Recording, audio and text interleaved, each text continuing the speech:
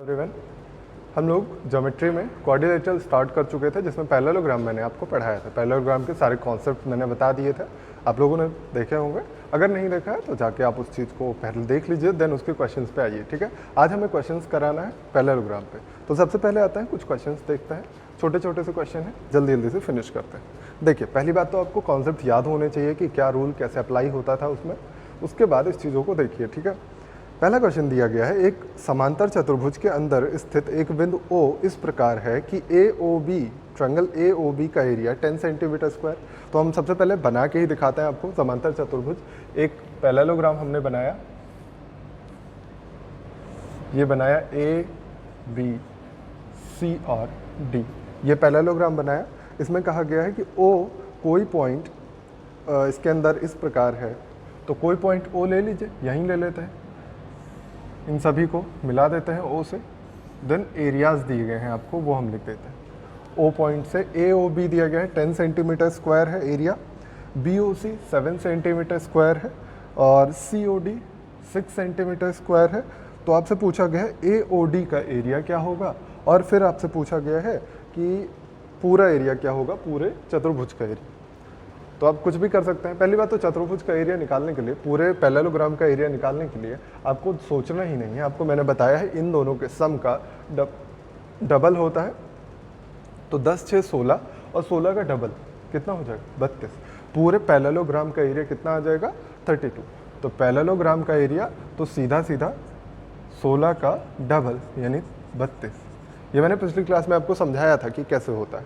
फिर आपको एक चीज़ और बताई थी, अपोजिट जो ट्रायंगल्स दिख रहे हैं इनकी एरियाज का सम बराबर होना चाहिए दूसरे वाले अपोजिट एंगल, मतलब इन दोनों ट्रायंगल्स के एरियाज का सम इन दोनों ट्रायंगल के एरियाज के सम के बराबर होना चाहिए। ये भी मैंने पिछली क्लास में आपको बताया था।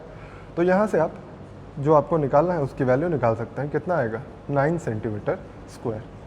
दोनों वैल्यूज आपको पता चल गई, यही था क्वेश्चन, आसान था। नेक्स्ट क्वेश्चन पे आते हैं। दिया गया है किसी समांतर चतुर्भुज के संलग्न भुजाओं का अनुपात, संलग्न मतलब जो अगल बगल एडजेसेंट साइड जिसको बोल सकते हैं, तो किसी पैरेललोग्राम की एडजेसेंट साइड दी गई है, इनका रेशियो 5:4 है और उनके बीच का एंगल 60 डिग्री है। तो अगर एक पैरेललोग्राम हम बनाते हैं, अगर आपको रेक्टेंगल लग रहा हो तो कोई बात नहीं, एडजस्ट कर लीजिएगा उतना। तो हम एक छोटा सा पैरेललोग्राम बनाते हैं ABCD, जिसमें आपको एक एंगल दिया गया है 60 डिग्री, हम कोई भी एंगल मान लेते हैं 60 डिग्री, और उनकी एडजेसेंट साइड दी गई है 5:4। तो हम इसको मान लेते हैं 5x, 5:4 है ना, तो 4x, ये हमने मान लिया।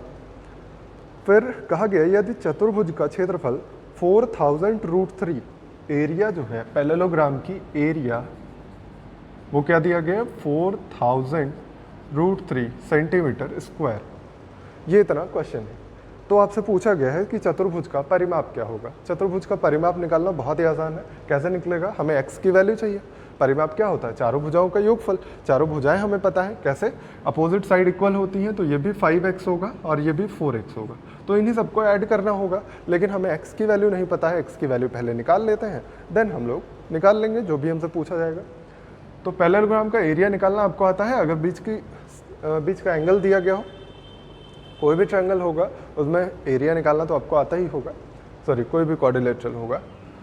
तो पैरेललोग्राम का एरिया मैंने बताया है, बगल वाली साइड का मल्टीप्लिकेशन साइन बीच का एंगल बताया है ना।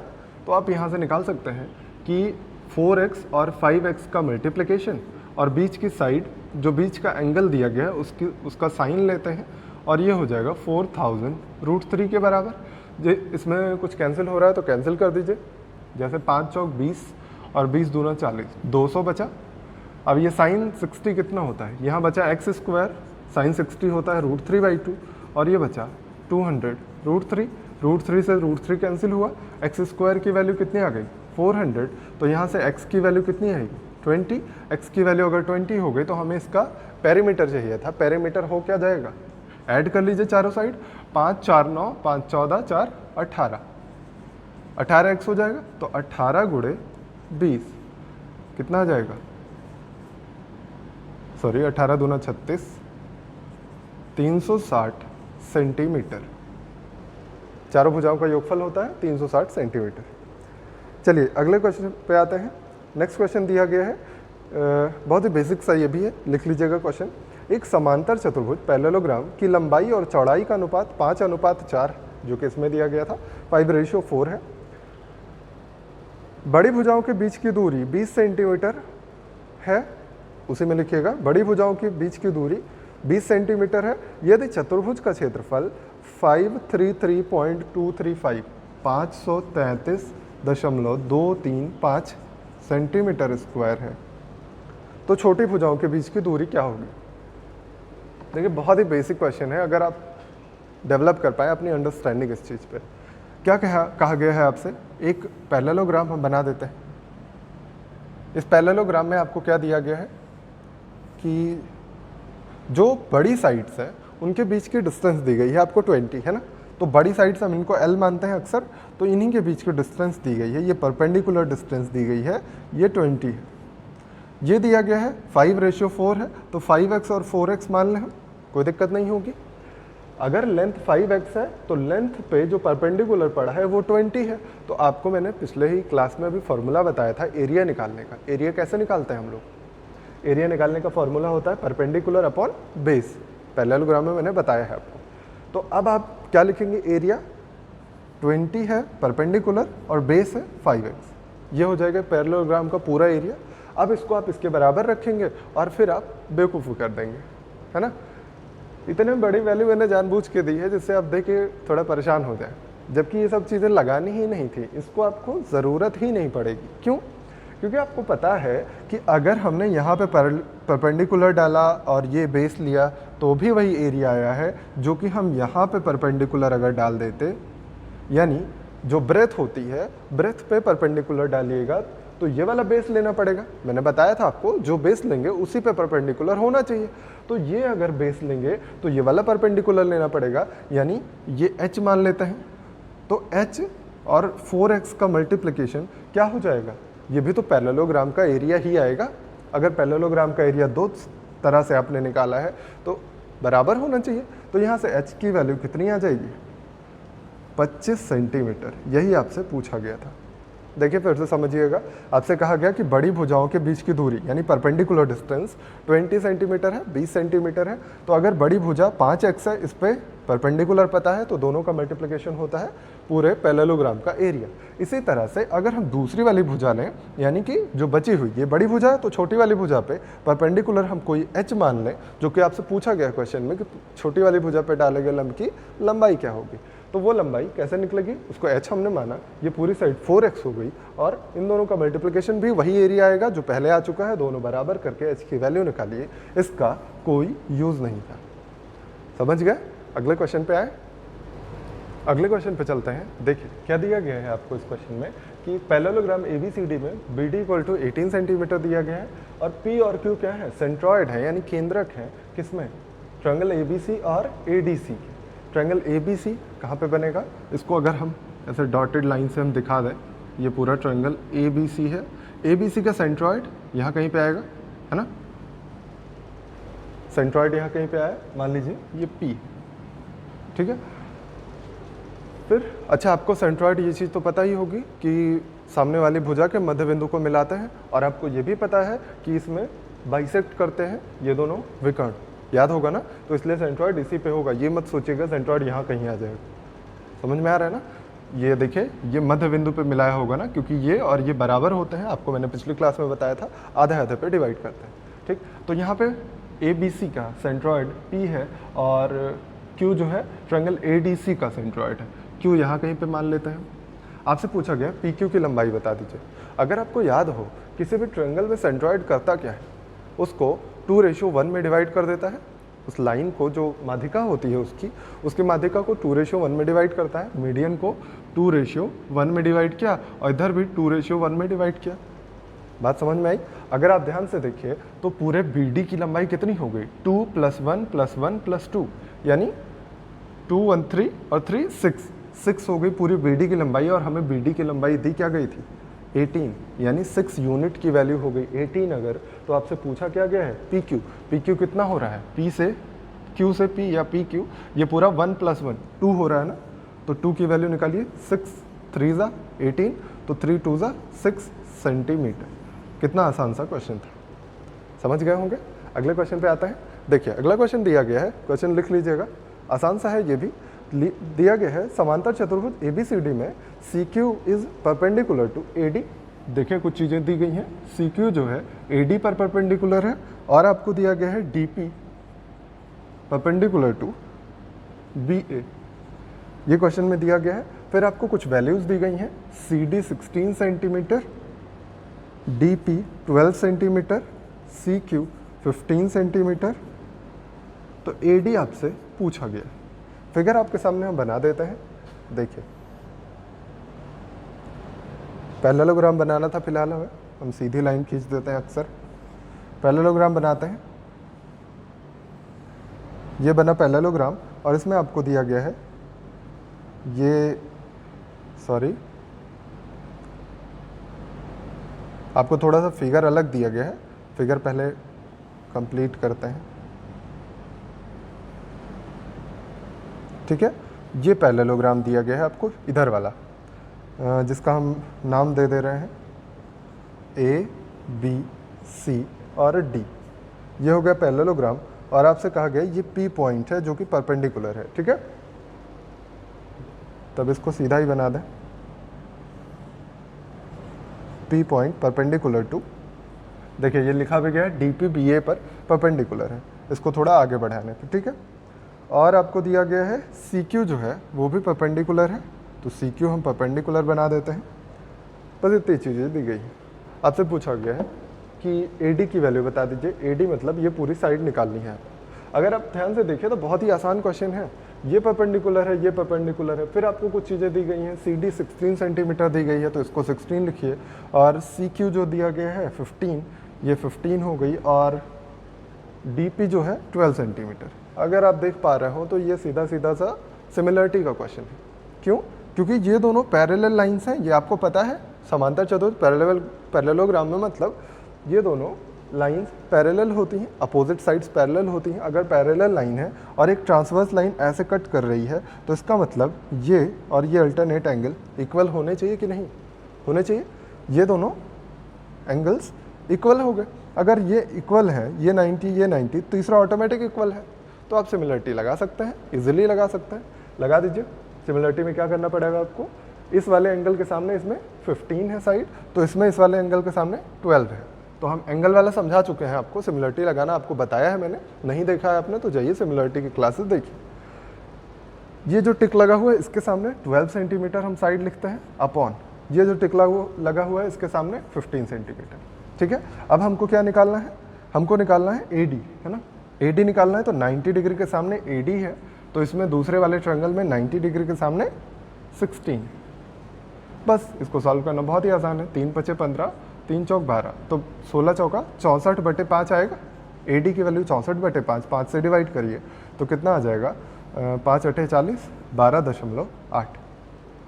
समझ में आया होगा। अगले क्वेश्चन की तरफ चले। देखिए अगला क्वेश्चन समझने से पहले आपको एक चीज़ समझनी पड़ेगी, कॉन्सेप्ट क्या है, ठीक है। सबसे पहले आपको हम कॉन्सेप्ट समझाते हैं, देन आपके सामने क्वेश्चन लिखा हुआ वो आप देखेंगे, ठीक है। देखिए आपको क्या पता है कि अगर ये दोनों मिड पॉइंट दे दिए जाएं, मिड पॉइंट मतलब मध्य बिंदु, ये दोनों आपस में इक्वल हो, ये दोनों आपस में इक्वल हो, तो आपको रेशियो निकालना है एरिया का, ठीक है। हम क्या करते हैं, थोड़ी देर के लिए पूरे रेशियो को, ये आपको याद करना है फिलहाल तो कि कैसे क्या होता है, लेकिन हम आपको प्रोसेस बताते हैं, देन आपको बताएंगे याद क्या करना है, ठीक। सबसे पहले हम थोड़ी देर के लिए इस पूरे एरिया को, पूरे एरिया का रेशियो जो होता है वो क्या होता है हम बता देते हैं। 2 रेशियो, यहाँ पे 2 होता है, यहाँ पे 1 होता है, यहाँ 3, मतलब total 3 to 5 to 7 + 1 8, total 8 area आ रहा है। हम पहले से ही मान लेते हैं, मान लीजिए इस पूरे पैरेललोग्राम का एरिया, पैरेललोग्राम का एरिया 8 यूनिट हम मान लेते हैं थोड़ी देर के लिए। हमको चूँकि ये याद करना है तो आप थोड़ी देर के लिए इसको मानिए।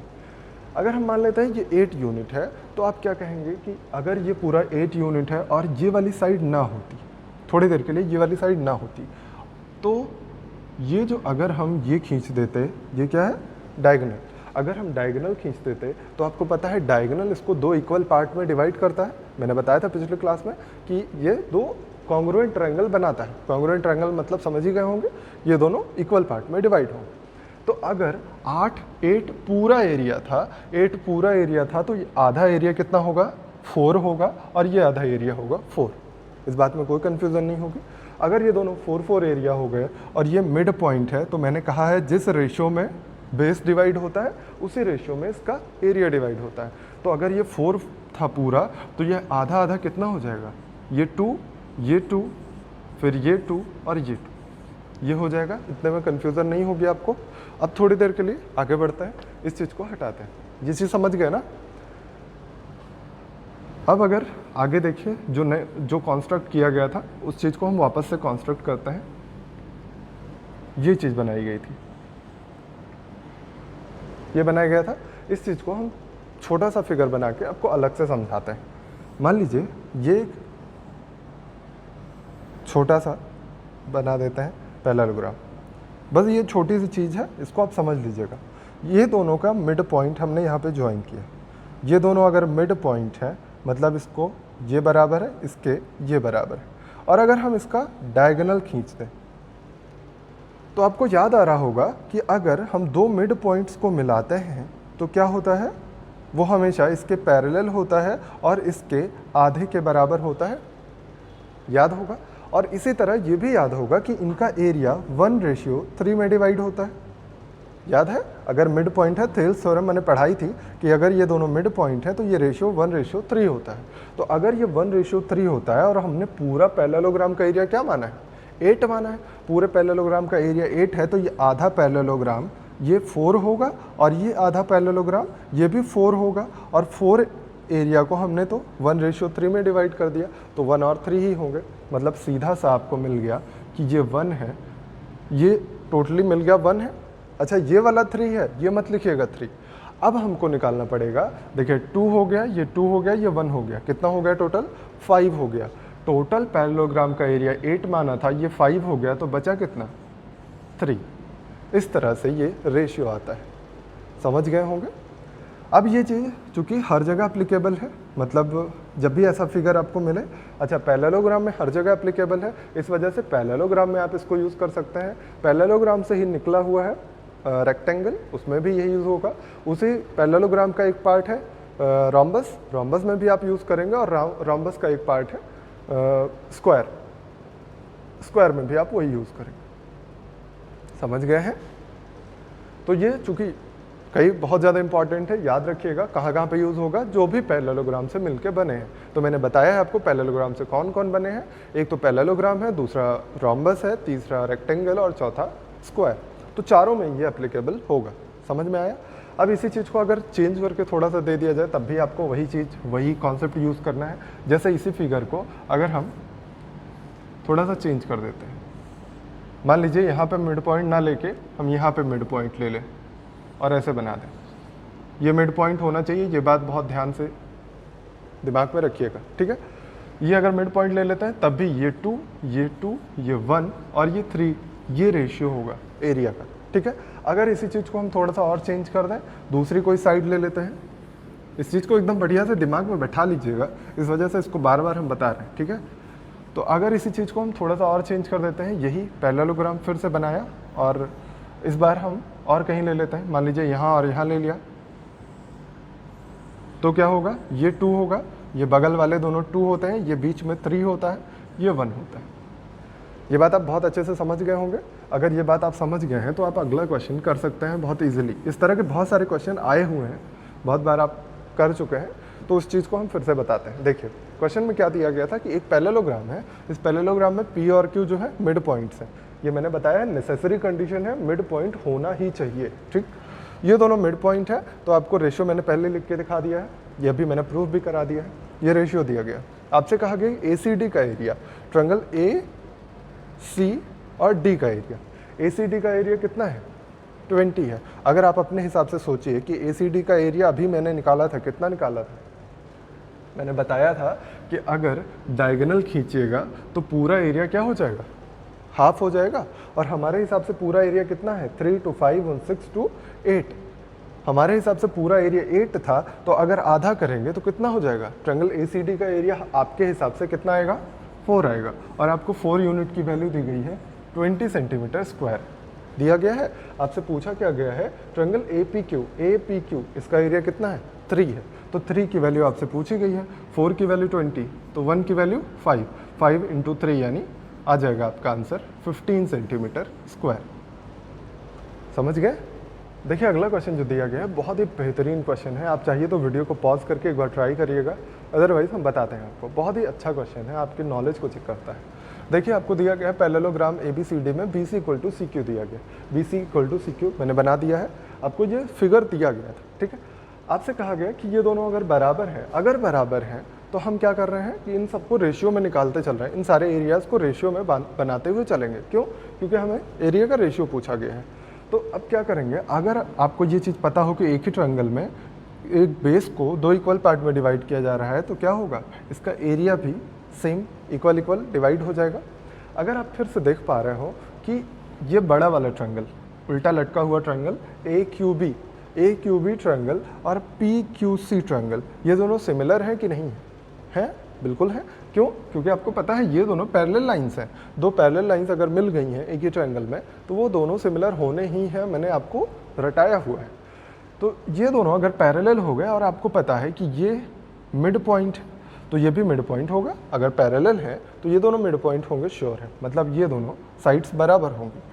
और ये पैरेलल है, ये मिड पॉइंट है, इसका मतलब आप कह सकते हैं अगर इसका रेशियो 1 होगा तो ये रेशियो क्या होगा, 2 होगा। मैंने बताया हुआ आपको कि इसका ये आधा होता है, थेल्स थ्योरम याद होगी, ठीक। ये 2 हो गया, ये 1 हो गया। आपको पता है कि पैरेललोग्राम में अपोजिट साइड्स इक्वल होती हैं, तो अगर ये 2 है तो ये पूरी साइड 2 होनी थी, और ये 1 हो गया तो बचा हुआ पार्ट ये भी 1 हो जाएगा कि नहीं हो जाएगा। अगर आपको पता हो कि ये जो उल्टा लटका हुआ ट्रायंगल छोटा सा दिख रहा है, इसमें इस बेस को 2 इक्वल पार्ट में डिवाइड किया जा रहा है, तो इसका मतलब ये अगर 1 एरिया होगा तो ये भी एरिया 1 होगा। कोई समस्या नहीं है इतने में। अगर ये 1 एरिया, ये 1 एरिया, ये तीनों बराबर हो। अब थोड़ी देर के लिए सोचिएगा इस ट्रायंगल और इस ट्रायंगल के बारे में। ये दोनों ट्रायंगल क्या इक्वल होंगे, क्या एरिया में इक्वल होंगे? बिल्कुल होंगे। क्यों होंगे? 2 तरीके हैं आपको करने के। मन करे आप इसको सिमिलर प्रूफ कर दीजिए, तब भी आपके इक्वल होंगे, या फिर मेरे हिसाब से सबसे आसान तरीका है, अगर आप ये बताइए कि इसका हाइट क्या होगी। परपेंडिकुलर जो डालेंगे आप, हाइट हम h मान लेते हैं थोड़ी देर के लिए, हम लिख के दिखा रहे हैं जिससे आपको समझ में आ जाए, अदरवाइज बहुत ही आसान था, लिखना भी नहीं था। ये अगर हाइट h है तो यहाँ भी हाइट h होगी, क्योंकि 2 पैरेलल लाइंस के बीच की डिस्टेंस कभी भी चेंज नहीं होती है। तो 2 पैरेलल लाइंस के बीच की परपेंडिकुलर डिस्टेंस अगर यहाँ h है तो यहाँ भी h होगी, कोई समस्या नहीं है। तो अगर इसका एरिया आप लिखना चाहें, इस ट्रायंगल का एरिया कितना लिखेंगे, हाफ h इंटू ये 1 है, बेस 1 है, और अगर इसका एरिया लिखना चाहें तो क्या लिखेंगे आप, हाफ h इंटू 1। देख रहे हैं दोनों एरियाज इक्वल आ रहे हैं। दोनों अगर एरिया इक्वल है तो आप डायरेक्टली लिख दीजिए कि इसका भी एरिया क्या हो जाएगा, अगर हम इसको 1 1 1 मान चुके हैं तो इसका भी एरिया 1 हो जाएगा। इसका एरिया 1 है, इसका एरिया 1 है, तो इसका एरिया 2 होगा। अब फिर आप पूछेंगे कैसे होगा, फिर से हम कहेंगे यही कॉन्सेप्ट लगाइए। अगर हम इस पूरी हाइट को h मान चुके हैं तो इन दोनों के सम के बराबर ही तो ये होगा। देखिए अगर आप इसका एरिया निकालिए, इस पूरे का एरिया 1/2 h इंटू 2, यही तो होगा एरिया। तो कितना हो जा रहा है, 1/2 h इंटू 2, हाँ ठीक है। और अगर इनका एरिया निकालिएगा तो कितना आएगा, 1/2 h इंटू 1। तो आप अगर डिवाइड कर दीजिए तो क्या हो रहा है, 2:1। कौन कौन सा एरिया मैंने निकाला है, ट्रायंगल APB और ट्रायंगल ADP, इन दोनों के एरिया का रेशियो हमने निकाला है। कैसे, 1/2 h इंटू 2, बेस इसका 2 है, हाइट हमेशा बराबर होगी। मैंने बार बार बताया है 2 पैरेलल लाइंस के बीच की हाइट डिस्टेंस हमेशा बराबर होती है, तो ये बराबर होगी। और ऐसे करेंगे तो 2:1 आ जाएगा, मतलब अगर इसका एरिया 1 है तो इसका एरिया 2 हो जाएगा। तो देखिए मैंने लिख दिया 2। अब सारे रेशियो आपको पता चल गया, जो भी निकालना है आप निकाल लीजिए। आपसे कहा गया ADPB, ये पूरा 3 हो गया है, और ये कितना हो गया है, PBQ। तो PBQ कहाँ पे है, PBQ, ये पूरा 2 हो गया है। आपका आंसर होगा 3:2।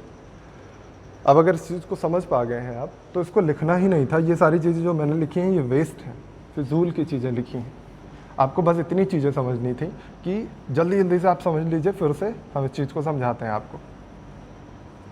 देखिए अगर आपको ये पता चल जाए कि सी क्यू और बी सी बराबर हो गए हैं। अगर ये दो चीज़ें बराबर हैं तो इनके एरियाज़ के रेशियो बराबर होंगे, श्योर हैं आप।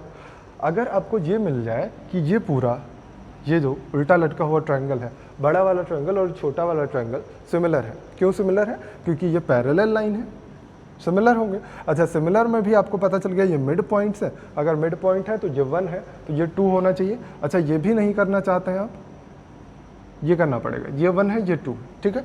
अब अगर यहीं से आप थोड़ा सा दिमाग लगा लिया होता आपने, तो आपके पास ये भी ऑप्शन था कि आपको याद होना चाहिए कि अगर ये मिड पॉइंट है, अभी थोड़ी देर पहले ये थ्योरम यूज़ की थी, थेल्स थ्योरम, कि ये 1 है एरिया, तो ये पूरा एरिया कितना होता है? 3 होता है। अभी थोड़ी देर पहले बताया मैंने। तो ये पूरा एरिया 3 होगा, ये 1 हो चुका है, तो बचा क्या? यहाँ से भी आप कर सकते थे, कोई समस्या नहीं।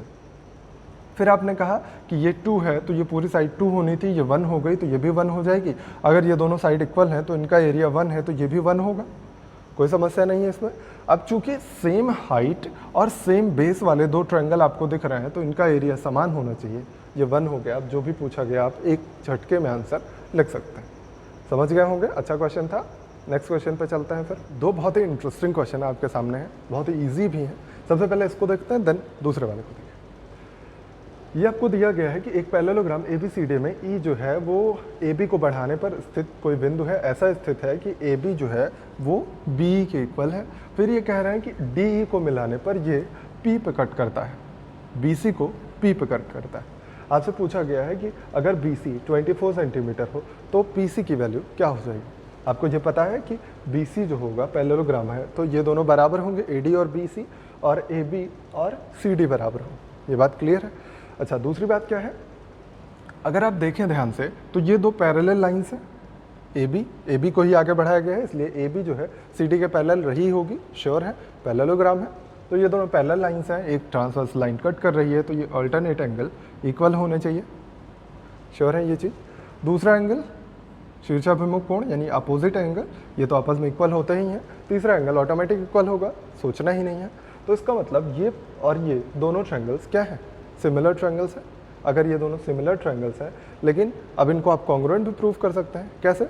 ये देखिए, ये दोनों एंगल, ये एंगल इसके बराबर, तीसरा एंगल ऑटोमेटिक इक्वल होगा, ये हम दिखा दे रहे हैं। और आपको ये पता है कि पैरेललोग्राम में अपोजिट साइड इक्वल होती हैं, तो ये साइड इस साइड के इक्वल है। तो अब आप देख लीजिए क्या है, ये एंगल साइड एंगल, फिर वही एंगल साइड एंगल, दोनों कॉन्ग्रुएंट ट्रायंगल। क्लियर बात? ये 3 डॉट के सामने ये वाली साइड, इधर 3 डॉट के सामने ये वाली साइड अब बराबर हो जाएंगी। अगर ये दोनों साइड बराबर है मतलब P जो है मिड पॉइंट है। अगर ये दोनों बराबर है मतलब 1:1 में होंगे। आपसे पूछा गया है कि PC की वैल्यू क्या हो जाएगी। अगर आपको BC 24 दी गई तो PC की वैल्यू निकालना बहुत ही आसान है। कैसे? 1 1 2, 2 की वैल्यू है 24, तो 1 की वैल्यू कितनी हो जाएगी? 12 सेंटीमीटर। बहुत ही ईजी क्वेश्चन था, समझ गए? अब आते हैं दूसरे वाले क्वेश्चन पे। दूसरे वाले क्वेश्चन में आपको क्या दिया गया है कि एक कोई फिर से यही एक बनाना है हमें पैरेललोग्राम। देखिए हम बना देते हैं आपके सामने। आप क्वेश्चंस को पढ़िए। क्वेश्चन में क्या लिखा गया है कि एक पैरेललोग्राम बनाया जाता है। पैरेललोग्राम में एंगल बाइसेक्टर A और C के खींचे जाते हैं, जो कि एक्सटेंड करने पर DC और BA को बढ़ाने पर P और Q पर काटते हैं। अगर एंगल A दिया गया है तो P और Q का एडिशन पूछा गया है। तो आपके सामने हम बनाते हैं एक पैरेललोग्राम। ये मैंने बना दिया पैरेललोग्राम ABCD, ठीक है। आपसे कहा गया कि एंगल A का बाइसेक्टर खींचिए। तो A का बाइसेक्टर हम ऐसे कुछ खींचते हैं, जो कि DC को बढ़ाने पर कहाँ पे मिल रहा है? P पे, है ना, ये P है। और आपसे कहा गया कि फिर एंगल C का भी खींच दीजिए एंगल बाइसेक्टर। तो मैंने कहा एंगल C का भी खींच लीजिए, ये इसको बढ़ाने पर Q पे मिल रहा है, ठीक है। आपसे कहा गया एंगल A 70 डिग्री है। एंगल बाइसेक्टर हमने खींचा है। अगर A एंगल पूरा 70 था और ये हमने एंगल बाइसेक्टर खींचा है, तो ये दोनों एंगल 35 हो जाएंगे, कोई समस्या नहीं है। फिर आपको एक चीज़ और याद करनी है कि अगर आपको एक पैरेललोग्राम मिलता है तो उसके अपोजिट साइड इक्वल होती हैं, अपोजिट एंगल इक्वल होते हैं। अगर ये पूरा 70 था तो ये पूरा भी 70 रहा होगा, और ये चूंकि हमने फिर से एंगल बाइसेक्टर खींचा है तो दोनों एंगल 35 हो जाएंगे, कोई समस्या नहीं इतने में। अब देखिए फिर से बेसिक क्वेश्चन हो गया, कैसे कि ये जो लाइन थी ये पैरेलल थी इसके, क्योंकि हमने पैरेललोग्राम बनाया है। और आपको ये भी पता होगा कि एक दो पैरेलल लाइंस को एक ट्रांसवर्स लाइन ऐसे कट करती हुई आ रही, तो ये वाला एंगल इस वाले एंगल के बराबर होता है 35 हो जाएगा। देखिए ये अल्टरनेट एंगल, ये 35 तो ये भी 35, यहाँ ये वाला एंगल आ गया 35। सेम एज इधर देखिएगा, यहाँ पे अगर ये 35 है तो अल्टरनेट एंगल ये भी 35 होना चाहिए, तो दोनों 35 हो गए। तो आपको क्या पता चलेगा, एंगल P और एंगल Q का एडिशन क्या हो गया, 35 + 35 यानी फिर से 70 आ गया। समझ गए होंगे।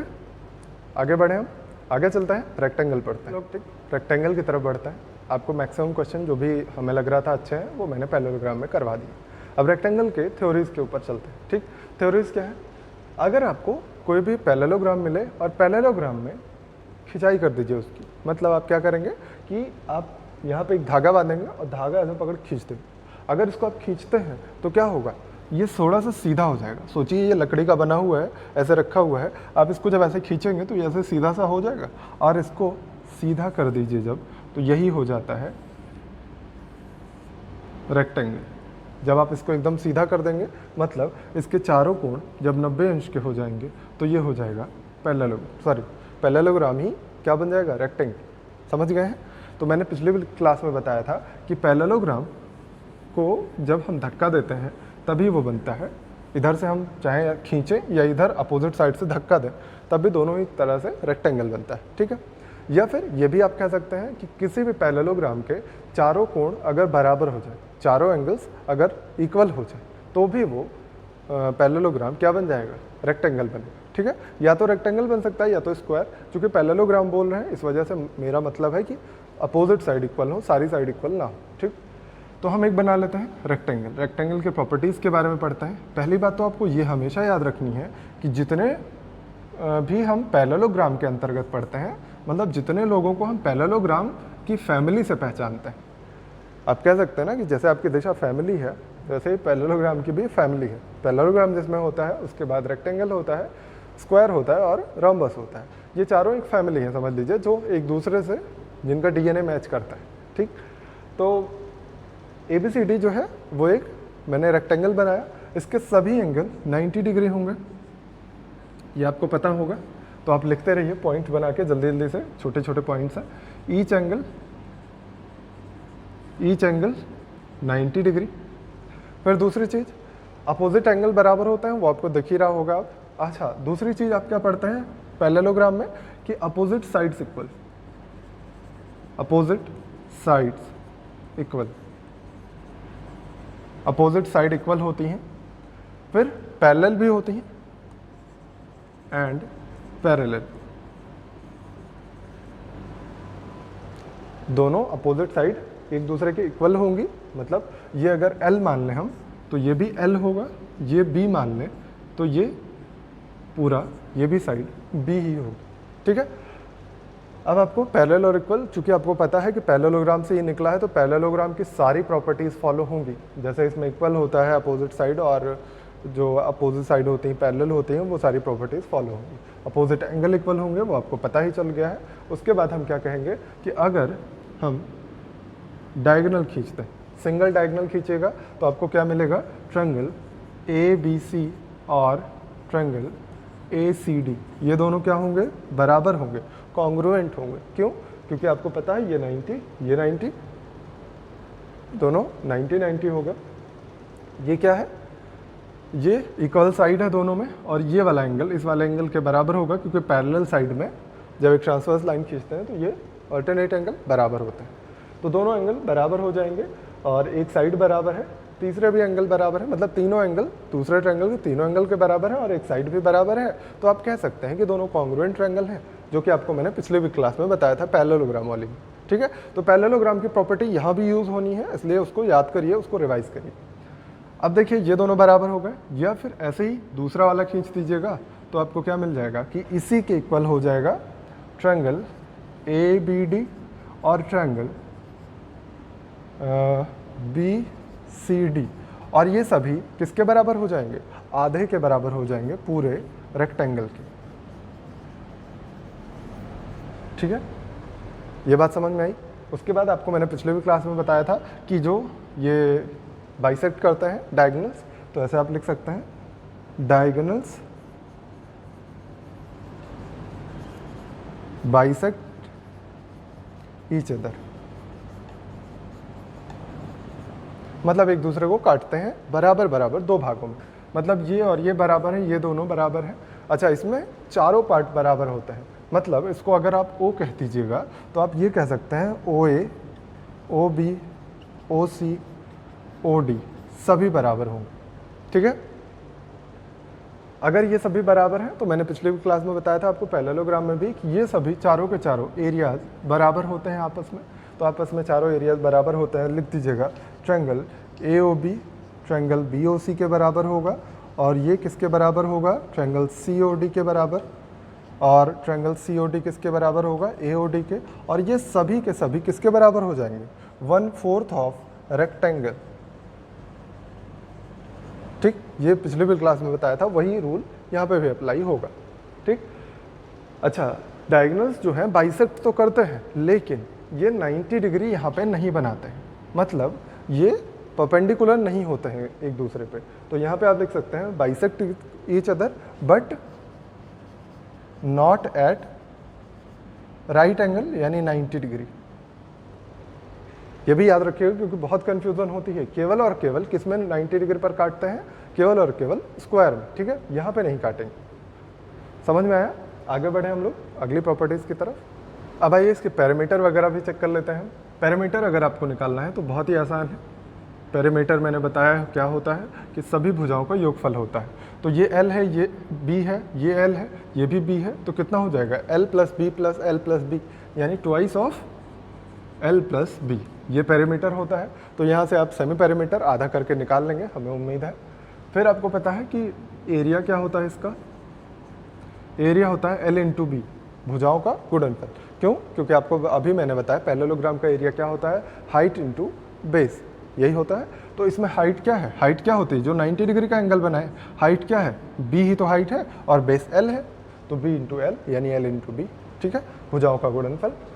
ये एरिया हो गया भुजाओं का गुणनफल। अच्छा, वो वाली एरिया हमेशा यूज़ होनी है जो आपने शुरू में पढ़ी है कि S minus A S minus B S minus C S minus D square root के अंदर, वो हमेशा लगेगी, ठीक है। जो भी आपने पहले ही स्टार्टिंग में पढ़ा है, मैंने बार बार बताया कि जो क्वाड्रिलेटरल नाम से मैंने पढ़ाया है, स्केलिन क्वाड्रिलेटरल, उसमें जो भी पढ़ाया है वो सभी क्वाड्रिलेटरल में यूज़ होगा, ठीक है।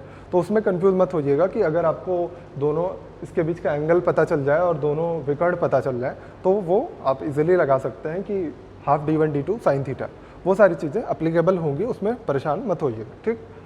अब एरिया आपको पता चल गया, अब आपको निकालना हो मान लीजिए डायगोनल, ठीक है। डायगोनल क्या हो जाएगा, आपको पता है पाइथागोरस थ्योरम, जिसमें परपेंडिकुलर और बेस दोनों पता है, तो आप निकाल सकते हैं कैसे, square root of L square plus B square, ठीक है। इसके बाद आपको क्या देखना है, इनका मान लीजिए सर्कम सर्कल खींचते हैं। सर्कम सर्कल खींचना आसान है। अच्छा, ये भी आपको मैंने पिछली क्लास में बताया था कि अगर किसी भी पैरेललोग्राम का सर्कम सर्कल खींचते हैं तो वो हमेशा रेक्टेंगल ही हो सकता है। क्यों? क्योंकि आपको पता है कि सर्कम सर्कल अगर खींचते हैं तो ये बन जाता है साइक्लिक क्वाड्रिलेटरल, और साइक्लिक क्वाड्रिलेटरल्स की खासियत होती है कि अपोजिट एंगल का सम 180 डिग्री के बराबर होना चाहिए। अगर ये 180 डिग्री के बराबर हो जाएगा, और आपको ये भी पता है कि दोनों अपोजिट एंगल बराबर बराबर होता है, तो ये थीटा, अगर थीटा प्लस थीटा 180 डिग्री के बराबर, तो थीटा 90 डिग्री के बराबर, तो ये 90, ये 90, ये 90, ये 90, सभी 90 हो जाएंगे। तो ये या तो रेक्टेंगल या तो स्क्वायर। तो चूंकि हम लोग पैरेललोग्राम पढ़ रहे हैं, यहाँ से रेक्टेंगल निकलता है। जब हम लोग समचतुर्भुज यानी रोम्बस पढ़ेंगे तो वहाँ से स्क्वायर निकलेगा। तो इसका अगर हमको निकालना हो रेडियस, रेडियस क्या होगी, आप देख रहे हैं कि ये O यही होगा इसका सेंटर। आपको क्या पता है, ये पूरा क्या हो जाएगा, फिर ये पूरा इसका D यानी डायमीटर होगा, और डायमीटर हमें क्या पता है, diagonal root L square plus B square. तो इसका मतलब अगर हमें रेडियस निकालनी है तो आधा कर देते हैं इन्हीं का, ये हो जाएगा। अच्छा, इनका इन सेंटर क्या पॉसिबल है, इन रेडियस पॉसिबल है, नहीं पॉसिबल है। लेकिन अगर आप चाहें तो ऐसा बना सकते हैं कि दोनों अपोजिट जो है वो अपोजिट साइड पे मीट करें। क्या इसका ऐसा कुछ पॉसिबल है कि ये चारों साइड को टच करता हुआ जाए कोई सर्कल? पॉसिबल ही नहीं है, क्योंकि अलग अलग डिस्टेंस के हैं साइड। तो इसलिए हम या तो क्या ऐसा ही बना ही सकते हैं, ऐसा ही बना सकते हैं इन सर्कल के फिर रेडियस निकालने के लिए क्या करेंगे हम, ये पूरा जो है डायमीटर होगा और डायमीटर किसके बराबर होगा, ब्रेथ के बराबर होगा। तो अगर हम इन रेडियस निकालना चाहें तो ब्रेथ का आधा हो जाएगा। ये सारी बातें क्लियर होंगी। अच्छा, कुछ चीज़ें और जो बेसिक्स आपको पढ़नी थी कि जो अभी आप पढ़ के आए हैं कि अगर इसके अंदर कोई एक पॉइंट P है, किसी भी पैरेललोग्राम के अंदर एक पॉइंट अगर P है तो वहाँ से दो मैंने आपको चीज़ें बताई थी याद करने के लिए, वो सारी भी यहाँ अप्लीकेबल होंगी, उसमें कोई कन्फ्यूज़न नहीं होना चाहिए कि अगर इसके अंदर कोई एक पॉइंट P है, मान लीजिए P पॉइंट है, इससे इसको सभी को मिला दें तो क्या अभी बताया था मैंने आपको कि अपोजिट जो ट्रायंगल्स का एरिया है, इनका एरिया प्लस इनका एरिया बराबर किसके होता है, इन दोनों के एरियाज़ के। मैंने ये चीज़ें बताई थी आपको, फिर से हम लिख दे रहे हैं, फिर से आप नोट कर लीजिएगा, आपको याद होना चाहिए। फिलहाल अभी जस्ट मैंने पिछली क्लास में बताया था।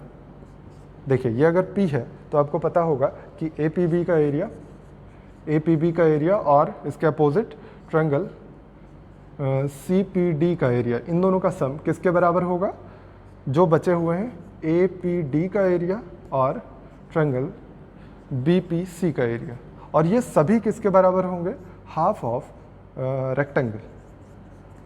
ठीक है, ये बातें आपको मैंने पिछली क्लास में बताई थी।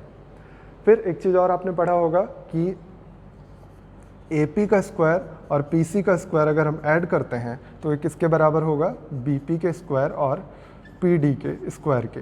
ये भी आपको याद रखना है कि इनका और इनके स्क्वायर का सम इनके और इनके स्क्वायर के सम के बराबर होता है। क्लियर है, ये चीज़ें पढ़ी हैं आपने पिछली क्लास में। अगला जो पॉइंट जानना है आपको वो है कि आयत के कोणार्धकों यानी एंगल बाइसेक्टर्स से बना चतुर्भुज एक वर्ग होता है। ये चीज़ कई बार क्वेश्चन में पूछी जा चुकी है, कई बार थ्योरी की तरह पूछी जा चुकी है, कई तरीके से सीजीएल में आ चुकी है। ठीक है, तो इस चीज़ को समझिएगा कैसे होता है। तो पहले इसमें सेंटेंस लिख लीजिएगा कि आयत के कोणार्धकों से बना चतुर्भुज वर्ग होता है। कैसे, ये देखिए, हमने कोणार्धक खींचा, ये यहाँ पे कट किया और इसको भी खींचा हमने। अच्छा, इसे पहले मान लीजिए इसको पहले नहीं खींच रहे, पहले यही इतना खींच के आपको समझा देते हैं। अगर ये कोणार्धक खींचा और आपको पता है कि आयत का प्रत्येक कोण कितना होता है, 90 अंश का होता है, कोणार्धक खींचा तो क्या हो जाएगा, 45 अंश का हो जाएगा। ये भी कितना हो जाएगा, 45 डिग्री का, और ये भी 45 डिग्री का। इसमें कोई कन्फ्यूज़न नहीं है। अगर ये 45 ये 45 तो तीसरा एंगल क्या होता है, 180 में से घटा दीजिए तो कितना आएगा, ये 90 डिग्री आएगा। ठीक है, सेम एज इधर से देखिए, इनका भी कोणार्धक हम खींच देते हैं तो ये भी कितने होंगे, 45, ये दोनों एंगल 45 डिग्री होंगे, तो ये भी श्योर है 90 डिग्री हो जाएगा। इसमें कोई कन्फ्यूज़न नहीं होनी चाहिए। फिर आपको पता चला ये 90, अब ये वाला एंगल भी 45 है और ये वाला एंगल भी 45 है, तो ये एंगल क्या होगा, 90 डिग्री। अगर ये 90 तो ये क्या है, इसका अपोजिट एंगल शीर्षाभिमुख कोण, ये भी बराबर होगा 90 के, और चौथा कोण ऑटोमेटिक 90 के बराबर। ठीक है, अब या तो ये वर्ग हो सकता है या तो आयत, या तो ये रेक्टेंगल हो सकता है या तो स्क्वायर। अब दोनों में से हमें कैसे कन्फ्यूज़न क्लियर होगी ये भी समझ लीजिए। अगर आपको ये दिया गया है कि ये ए से यहाँ मान लीजिए PQRS, इसको नाम दे देते हैं PQRS, तो हम अगर कहें आपसे कि ए और आर इन दोनों के बीच की डिस्टेंस अगर हमसे पूछे जाए तो ये 45 है, ये 45 है। जो ट्रायंगल आपको दिख रहा है ABR ट्रायंगल में दो एंगल अगर बराबर हैं तो इनके अपोजिट साइड भी बराबर होंगी। ये पूरी साइड AR जो है वो किसके बराबर होगी, BR के। अगर हम इस पूरे को A मान लेते हैं, ये पूरी साइड A है तो ये भी पूरी साइड A ही होनी चाहिए, कन्फ्यूज़न नहीं होगा इसमें। फिर आप क्या कहेंगे, अब आते हैं दूसरे वाले ट्रायंगल पे। ये जो उल्टा लटका हुआ ट्रायंगल है, ये उल्टा लटका हुआ ट्रायंगल, इसकी भी साइड सेम होंगी। क्यों, क्योंकि ये भी 45 ये भी 45, तो DP और PC दोनों आपस में बराबर होंगे, इसमें भी कोई कन्फ्यूज़न नहीं है। इसको भी आप मान लीजिए A, ये भी A हो गया, ये भी A हो गया। ठीक है, आपको क्या पता चला, ये पूरा A हो गया। अगर इसको हम X मान लें, ये छोटी वाली साइड ये X मान लेते हैं, अगर ये X है, ये 45 ये 45, तो ये वाली साइड भी X होनी चाहिए, ये वाली भी X लिख देते हैं। ये X हो गई, ये X हो गई, तो बची हुई साइड ये कितनी बची, A माइनस एक्स, और ये भी पूरी साइड कितनी बची, A माइनस एक्स। ठीक है, ऐसे ही सेम एज इधर भी करिए, इसको भी आप थोड़ी देर के लिए इसको x मान लीजिए, इसको भी x मान लीजिए, तो ये क्या बचेगा a माइनस एक्स, और ये भी बचेगा a माइनस एक्स। चारों साइड आपको इक्वल दिखाई दे रही है। चारों साइड अगर इक्वल है तो आप क्या कहेंगे कि ये दोनों ये पूरा जो चतुर्भुज बनाया गया है, क्वाड्रिलेटरल बनाया गया है, ये कैसा होगा, स्क्वायर शेप्ड होगा। समझ गए? ये जो अभी आपने कॉन्सेप्ट पढ़ा है पैरेललोग्राम में, समांतर चतुर्भुज में, यही वाला कॉन्सेप्ट मैंने बताया था आपको कहाँ कहाँ पे यूज़ होना है, पैरेललोग्राम में यूज़ होना है। जो भी पैरेललोग्राम की फैमिली के लोग हैं, मतलब इनके जेनेटिक रिलेशन जिनके साथ है, ठीक, कौन कौन सा है, किन किन के साथ है, आपको याद हो गया होगा, इतनी बार मैंने बोल दिया है। पैरेललोग्राम है, रोम्बस है, स्क्वायर है, रेक्टेंगल है, ठीक है, चारों में ये चीज़ें फॉलो होंगी। ठीक, तो ये क्या होता है, अगर इसका मिड पॉइंट हमने खींच दिया है, मिड पॉइंट खींच दिया है तो 2 2 3 2 1 होता है। ये चीज़ मैंने अभी समझाया थोड़ी देर पहले, आपको कम समझ में आया हो तो फिर से देख लीजिए, जल्दी से हम बता देते हैं इसको। अब की बार रेक्टेंगल में बताते हैं, जो कॉन्सेप्ट लगाया था वही कॉन्सेप्ट फिर से लगाना है।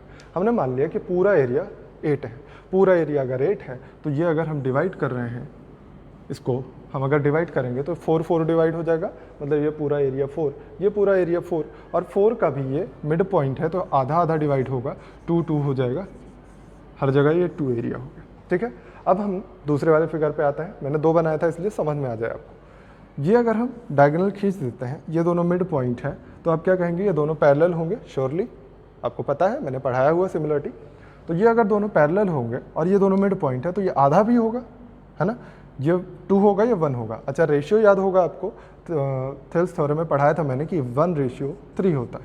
आपको पता है कि पूरा एरिया जो है ये 8 है, तो ये 4 हो जाएगा ना, आधा, ये 4, ये भी आधा है, ये भी 4 होगा, और 3 + 1 देखिए 4 हो भी गया है, तो आपको कोई टेंशन लेने की ज़रूरत नहीं है। तो 1 + 3 यानी ये अगर मिला दीजिएगा, इसको थोड़ी देर के लिए हटा देते हैं, आप ये मिला देते हैं, ठीक है, ये मिलाइएगा तो ये 1 एरिया आ जाएगा। चूँकि आपको वो 3 एरिया जो दिख रहा है सेम दिख रहा है, वो बात अलग है जो आंसर आएगा, लेकिन आपको वो यूज़ नहीं करना है। ये 3 एरिया हमारा इतना एरिया है, हमें तो ये वाला एरिया चाहिए, कैसे निकलेगा, ये 2 हो गया, ये 2, ये 1, 5 हो गया है, पूरा एरिया हमने 8 माना था, तो ये कितना हो जाएगा, 3। ये आपको याद करना है, ये रेशियो होता है, रेशियो आपको याद होना चाहिए। इस पर मैंने एक क्वेश्चन अभी करवाया है, और क्वेश्चन आप खोज के करिएगा, ज़्यादा एक ही तरह के क्वेश्चन नहीं करवा रहे हैं आपको, जिससे आपका टाइम किल कम हो, हर टाइप का क्वेश्चन आपको करवा दे रहे हैं। ठीक है, तो नेक्स्ट क्लास में मिलता है, जो रेक्टेंगल क्वेश्चन होंगे, जो भी बढ़िया क्वेश्चन मिलेंगे हमें, वो सारे हम करवा देंगे आपको। और इसके बाद हम लोग आएंगे, जो भी नेक्स्ट होगा रोम्बस, जैसे कि रोम्बस पढ़ेंगे हम नेक्स्ट क्लास में। ठीक है, तब तक के लिए आप अपना और अपनों का ख्याल रखिए, बहुत मेहनत से पढ़ाई करिए, बिल्कुल हल्के मत पढ़िए ना। हमारा तो ये है कि हमने कह दिया है कि आपको ज्योमेट्री हम कंप्लीट करवाएंगे, तो कंप्लीट करवाएंगे, वो है ना कि जो वादा किया है वो निभाना पड़ेगा। तो हमने तो कहा है आपसे ज्योमेट्री हम कंप्लीट कराएंगे, तो वो हमारा वादा है, हम करवाएंगे। बट आप बीच में रिलक्टेंट हो रहे हैं, मतलब थोड़े से आलसी बन जा रहे हैं, थोड़ा सा नहीं देख रहे हैं या नहीं पढ़ रहे हैं, ये गलत बात है। आपको जितनी एनर्जी से आपने डिमांड की थी ज्योमेट्री की, उतनी ही एनर्जी के साथ पढ़िए। ठीक है, थैंक यू सो मच।